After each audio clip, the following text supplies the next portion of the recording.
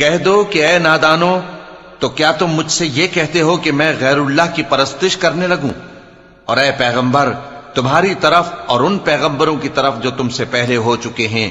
یہی وہی بھیجی گئی ہے کہ اگر تم نے شرک کیا تو تمہارے اعمال برباد ہو جائیں گے اور تم نقصان اٹھانے والوں میں ہو جاؤ گے، بلکہ اللہ ہی کی عبادت کرو اور شکر گزاروں میں رہو۔ اور انہوں نے اللہ کی قدر شناسی جیسی کرنی چاہیے تھی نہیں کی۔ اور قیامت کے دن تمام زمین اس کی مٹھی میں ہوگی اور آسمان اس کے داہنے ہاتھ میں لپٹے ہوئے ہوں گے، اور وہ ان لوگوں کے شرک سے پاک ہے، بلند و برتر ہے۔ اور جب سور پھونکا جائے گا تو جو لوگ آسمانوں میں ہیں اور جو زمین میں ہیں سب بے ہوش ہو کر گر پڑیں گے مگر وہ جس کو اللہ چاہے۔ پھر دوسری دفعہ سور پھونکا جائے گا تو فوراً سب کھڑے ہو کر دیکھنے لگیں گے، اور زمین اپنے پروردگار کے نور سے چمک اٹھے گی اور اعمال کی کتاب کھول کر رکھ دی جائے گی، اور پیغمبر اور دوسرے گواہ حاضر کیے جائیں گے، اور ان میں انصاف سے فیصلہ کیا جائے گا اور ان کے ساتھ بے انصافی نہیں کی جائے گی۔